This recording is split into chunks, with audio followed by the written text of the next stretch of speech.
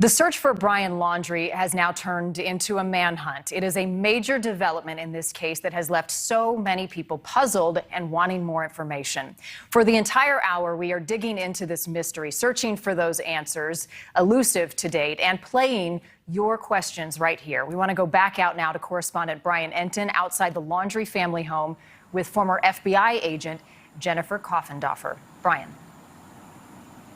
Yeah, we've got Jennifer with us right now. Thank you so much for being here and coming outside the home with us. I know you were a special agent for 3 decades, most of that time with the FBI. The first question I have for you, we know there is now this manhunt, this federal arrest warrant for bank fraud. What do you make of that? Is that just the start?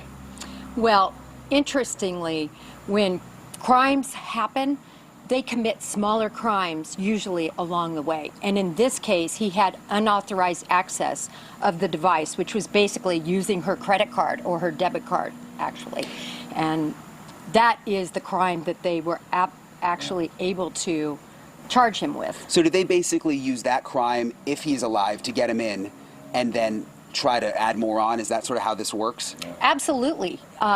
The FBI has over 200 violations that they can use, that they have, you know, the ability to charge people with. And when you commit a crime of any of those, you're able to be brought in and charged. Jennifer, they're searching for Brian right now. You worked a lot of these cases, and you've seen all this video. You know this case inside out.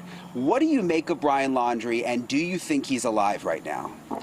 I think Brian Laundrie is alive. I think that is why a lawyer has been retained. I think that the family and Brian disappeared for 3 days. What did they do in that time? And I think that's an important information for the FBI and local and state law enforcement to be looking at, because I think those are going to lead to where Brian Laundrie is at. And Jennifer, the parents, Brian Laundrie's parents, they're in the house 20 feet behind us right now. I've been watching them for a week. What do you make of them? And do you think they're worried? Do they have reason to be worried right now? Is the FBI going to come knocking on their door? Well, let's look at the evidence that's out before us right now. He came home on the 1st, alone, after this trip. They have not cooperated, not provided information. They loaded up and left for 3 days. What did they do? Did they do what it took to conceal Brian's whereabouts right now? I think that is what the evidence is pointing to. Thank you, Jennifer. I want to go back to Marni because it's not just my questions. We have a ton of viewer questions. Let's get to those, Marni. You're right, Brian. So these are questions from you at home that you have had about this case. Brian, this question is for you. I want to start with this one. This is from Sam, and this is about the Laundrie parents. Take a listen. Hi, Brian. My question for you is this. At what point in this investigation will the authorities be able to put more pressure on Chris and Roberta Laundrie to talk about what they know? Also, do we know if they're currently under surveillance? It's a good question. As Jennifer just explained, there's obviously pressure on the Laundries. It's building. You asked about the surveillance. I've been out here. We see a lot of unmarked cars out here, Jennifer. A lot of people who look like they might be federal agents. So it's our assumption there's definitely surveillance going on. Especially the fact that Brian potentially slipped out within their fingers as they were not watching the house a week ago. All right, Jennifer, this question is for you from Randy tonight on how police have handled this case so far.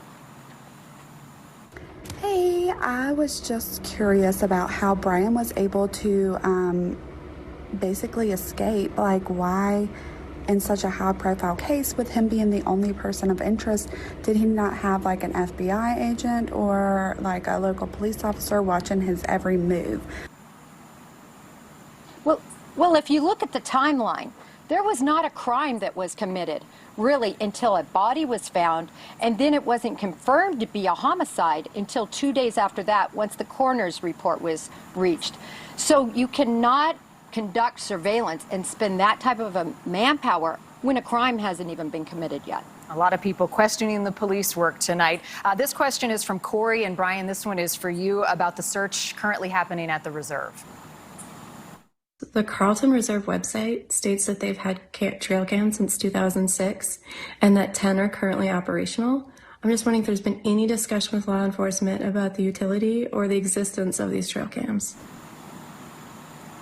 Another really good question. We know the trail cams are out there. What was so interesting yesterday when we were at the reserve, this massive Verizon wireless truck showed up, went into the reserve with a satellite dish. Many people are wondering, are they setting up more Wi-Fi trail cams in the reserve that need the Wi-Fi and the cell service that doesn't exist out there? So for sure, there are definitely trail cams. And what they provide is yet to be seen. Jennifer, this question comes from Gil, also on the search at the reserve tonight. Take a listen. Is there any reason the FBI isn't resuming the search at night with infrared technology, looking for bodies of heat? Well, first of all, I think that's making the assumption that that is not happening. We don't know if the drones and so forth that they're using, are they actually using those sophisticated techniques right now? Secondly, let's consider where the initial evidence came from that Brian was at this reserve. It came from Brian. He passed it on to his family. His family then passed it on to law enforcement, and they had to go and do their due diligence at following up on that, but they're also considering where the source of that information was from. And remember, they're not just conducting that investigation, they are simultaneously going down all the other avenues to help get them to Brian. A question now for you, Brian, from Kelsey. This is on the evidence collected at the laundry home in the last week. Hey Brian, my name is Kelsey. I'm from Port Orange, Florida. My question for you today is the search that was conducted at the Laundry family residence on Monday, September 20th. When should we be expecting to hear what, if anything, came of that search? I know it was a lot of digital, hard drives, etc. that they were looking into, lots of boxes of evidence. Is there any timeline on if or when they will release that information to the public? So she mentioned that digital hard drive. Let me clarify. That actually came from Gabby's van. We know they're going through that now. As for all of the boxes of evidence, they came right through this garage that you see behind us right here. Box after box after box. I'm sure they're going through it now. Jennifer would probably have a better idea. I mean, it takes them quite some time, I'm sure. Yeah, they are pouring through all of that evidence with a fine-tooth comb. They're looking for indicia of a crime. They're looking for DNA evidence. They're looking for any evidence that could point to what happened to Gabby. A complicated case. Brian Entin and Jennifer Coffindaffer, thank you both for answering some of those viewer questions tonight. And this investigation ongoing. If you have any information that could help solve this case, call the number on your screen. This is the FBI hotline, 1-800-CALL-FBI.